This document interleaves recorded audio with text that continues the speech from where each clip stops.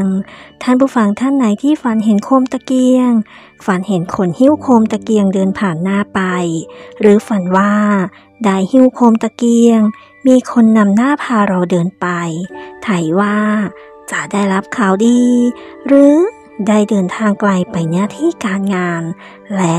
จะได้รับผลประโยชน์ตอบแทนอย่างคุ้มค่าในการเดินทางครั้งนี้เลขนำโชค44 48 49 448 449ขอให้โชคดีค่ะ